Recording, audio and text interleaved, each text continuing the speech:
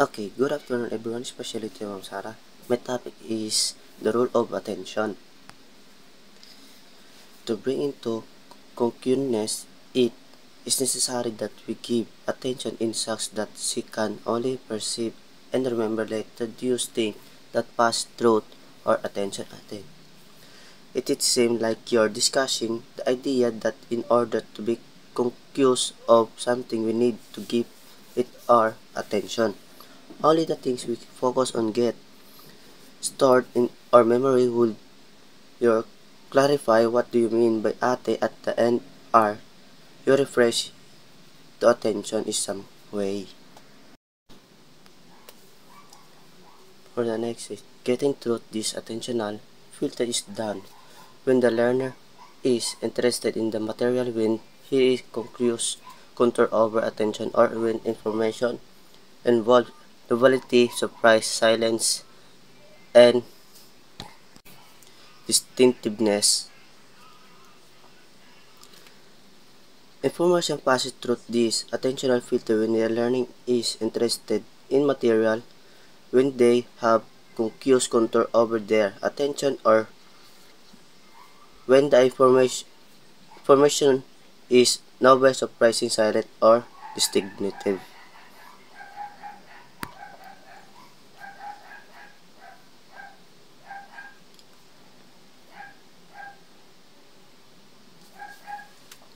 Before information is perceived known as a pre-categorical information, this means that until that point, the learner has not established indetermination of the categorical membership of the information. It sounds like you're describing pre-categorical information is data or scenery input that yet been classified or organized into categories by the brain. This stage occurs before the learner has determined what kind of information is or where within their understanding it's the raw perception of data before any categorization take place. Is this correct?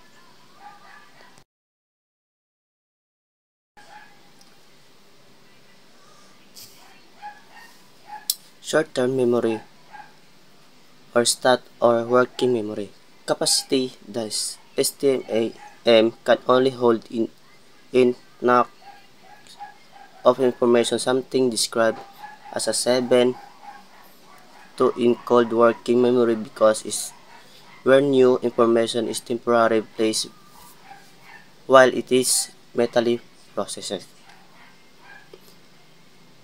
Ang panandaliang memory sa STM na kilala rin bilang working memory ay maaaring maglaman ng humigit kumulang 7 plus 2 ng impormasyon. Nangungulugan ito na maaari itong pamalaan sa pamagitan ng 5 hanggat 9 na piraso sa data sa isang pagkakataon. Ang STM ay ginagamit upang pansamantalang pag-imbak ng bagong impormasyon habang ito ay pinoproseso o ginagawa sa pag-iisip.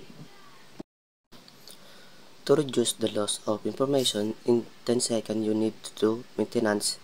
Rehearsal is swing repetition to keep the information active in STM, like when you repeat a phone number, just keep over and over. It seems like you describe the concept of maintenance rehearsal in short-term memory. This process involves repeating information like a phone number or over to prevent information being forgetting quickly. Usually with 10 to 18 seconds. By repeating it, you help keep the information active in your STM for longer dialing loss. Long-term memory LTM.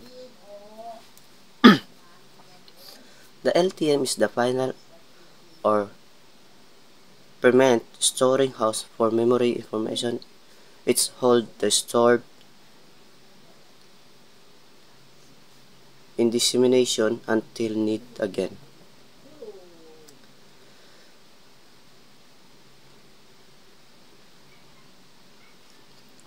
Permanent storage LTM receive as a repository to memories that are no longer actively being processed but can retrieve when necessary. For capacity, as the vast capacity allowing it to hold an enormous amount of information ranging from cash and experience to skill and habits. Executive control processes. The executive control processes involve the executive processor, or what is referred to as metacognitive skill. Their processes guide the flow of information through the system, help the camera make informed discussion about how to categorize, organize, or interpret information. Example process are attention, rehearsal, or organization.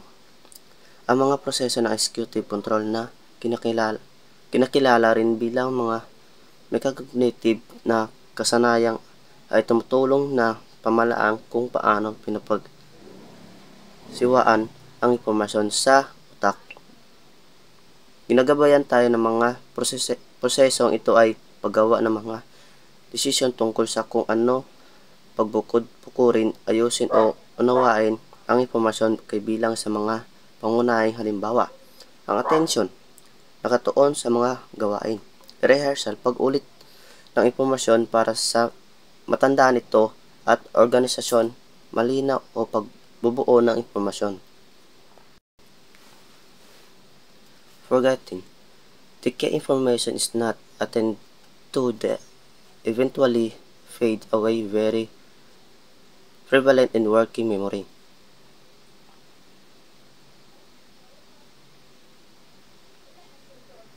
Tama, iyon sa working memory. Ang decay ay tumutukoy sa proseso kung saan ang impormasyon ay unti-unting nawawala sa paglipas ng panahon. Kung hindi aktibong tinahuluhan o nag-iensayo dahil sa working memory ay may limitadong kapasidad at tagal kung impormasyon ay hindi refresh o na-encode sa pamagtagalang memorya. Sa kaulanan ay naglalaho ito madalas sa loob ng ilang segundo. Interference, a new old information block access to the information in the equations. Ang interference ay tumutukoy kapag nagbago o lumang impormasyon ay nagpapahirap sa patanda ng impormasyon o gusto mong mayroong dalawang uri. Proactive interference, hinaharang ng lumang impormasyon ang bagong impormasyon. Retroactive interference, hinaharang ang bagong impormasyon ang lumang impormasyon.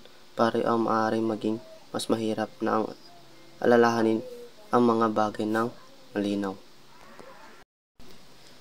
Method for increasing retrieval of information. A rehearsal is repeating information verbatim, either mentally or aloud. Ang pag-iensayo ay proseso ng pag-ulit ng impormasyon sa isip man o malakas upang makatulong na mas maalala ito.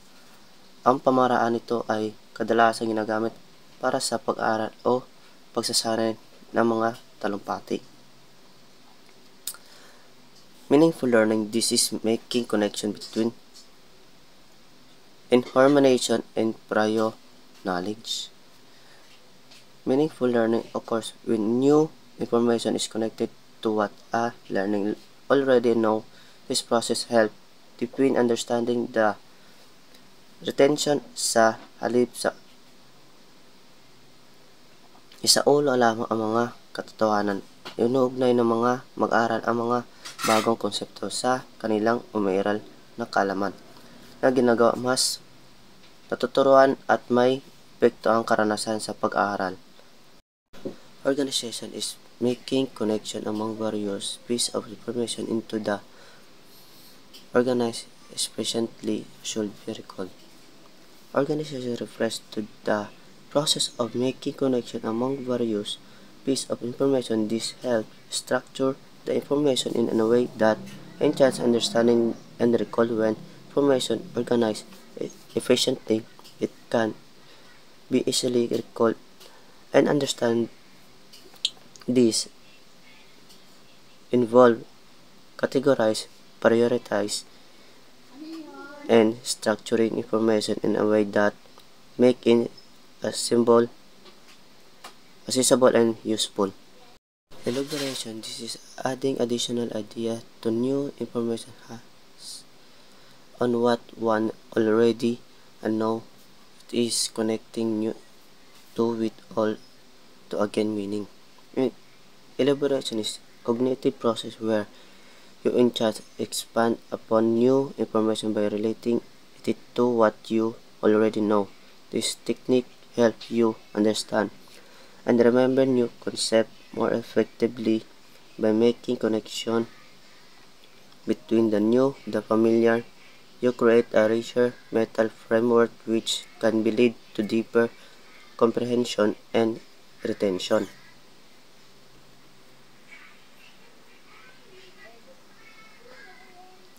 Visual imaginary. This is mean forming a picture of the information. Virtual imaginary is the ability to create mental picture or visual representation of concept information. Context: remembering the situation helps recover information. Ang context ay tumutukoy sa mga salik sa sitwasyon na nakapalibot sa pag-ingkod ng impormasyon kabilang ang kapaligiran, emosyonal na kalagayan at partikular na pangyayari. Personalization is making the information relevant to the individual. Ang personalized ay kinakabilangan ng pagsasayos ng impormasyon, produkto o karanasan upang matugunan ang mga partikular na pangangailangan at kagustuhan sa isang individual. Maaaring makabilang dito ang pag-customize ng content batay sa gawi, interes, demograpiko o user ng ginagawa itong mas nakaiganyo at mga kaugnayan para sa bawat tao. Another memory method, serial position effect. Recently in primacy, you will remember the beginning and of a list more rigidly. Ang primacy effect, ito ay tumutukoy sa pagkahilig na mas matandaan ang mga unang item sa isang listahan. Nangyayari ito dahil ang mga item na ito ay madalas na nag-ensayo ng higit pa sa marami.